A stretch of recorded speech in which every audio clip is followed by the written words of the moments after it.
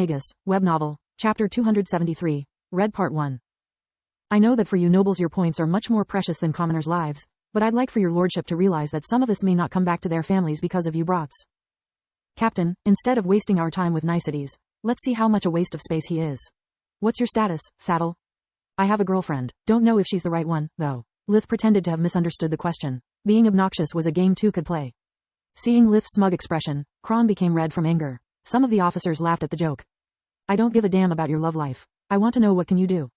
Lith took a mental note that no one was defending him. Even the captain did nothing, aside from the occasional eye roll. His specializations are forge mastering. When Captain Yerna read out loud Lith's file, multiple groans and the sound of hands slapping a forehead or a leg in a fit of rage echoed through the warehouse. That's great, another one as useful as a third nostril. Yerna ignored Kron, raising her voice to cover the sergeant's whining. And healing. Back in his village, White was a hunter and a bounty hunter. Last year he survived Balkor's attack, went toe-to-toe with a valor and lived to tell the tale. Instead of wasting her time arguing, the captain had decided to check her trainee's personal files from her data amulet.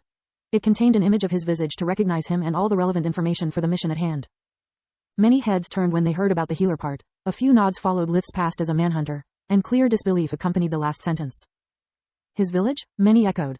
Yeah, I'm a commoner, not a noble. I've worked very hard to get where I am. Since they showed him no respect, Lith was ready to pay them back in kind.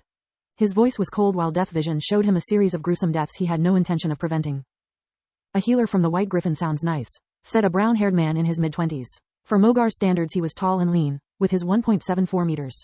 Like all the men in the unit, he was perfectly shaven. I'm Hurin Nakt, nice to meet you. Can you get rid of this scar? The ladies don't like it. He took Lith's hand in his own, making the request without a hint of shame. I could, for a price.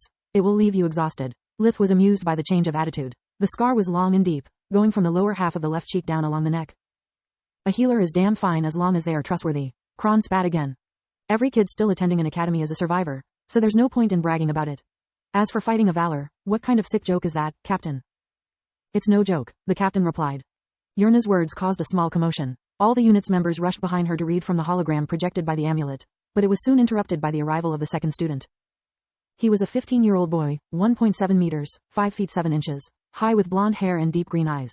The newcomer had the build of a soldier, rather than a student. Something in his confident attitude told Lith he had to be a lady killer at his academy. The captain moved to his file, hoping for another pleasant surprise. Alas, the student from the Fire Griffin was a warden and an alchemist.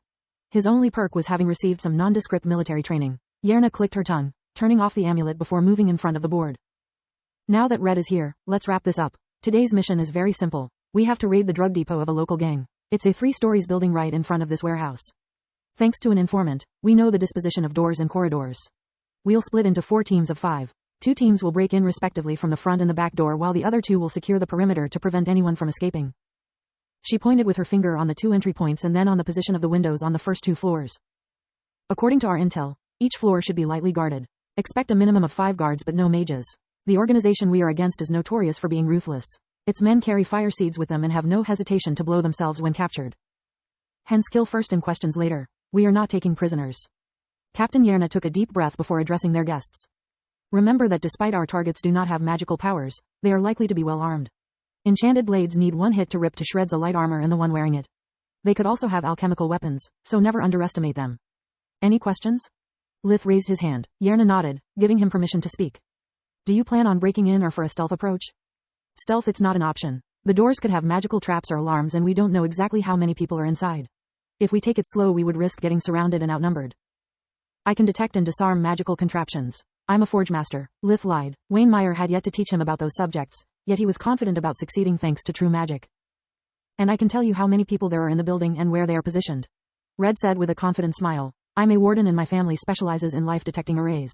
Speaking about my family, my name is not Red, I'm happy to have you with us, kid. Captain Yerna used one hand to shook Red's right one and the other to shut his mouth. Today you are Red and you are going to be evaluated based on what you do, not on who your relatives are. Got it? Red nodded with a slightly annoyed look. Only then Yerna took the hand off his mouth. Good, I'm Captain Yerna, your commanding officer for today. He is Sergeant Kron, my second in command and he is White. Lith and Red were still deciding what to think about each other when Kron handed them a black uniform and a communicator earpiece each. Welcome to the team, kids. There are no griffins here, only members of this unit. Put on your uniform, so we can separate the good from the bad guys and you avoid getting shot in the back by friendly fire. You can change behind those crates. Thanks, but it's not necessary. Lith put the uniform inside the blue gemstone at his neck, allowing his clothes to shapeshift into a new form. Red took step back from the surprise, while Kron took a wand out of his dimensional ring, pointing it against Lith's still morphing clothes. Its tip shined with a yellow light, allowing Lith to perceive the fire magic it contained. Must be the equivalent of Earth's service weapons, Lith thought, noticing a small red mana crystal set into the alchemical tool. Yup, Solus confirmed. The crystals work as a cartridge. These guys must be good because a wand like that costs a pretty penny.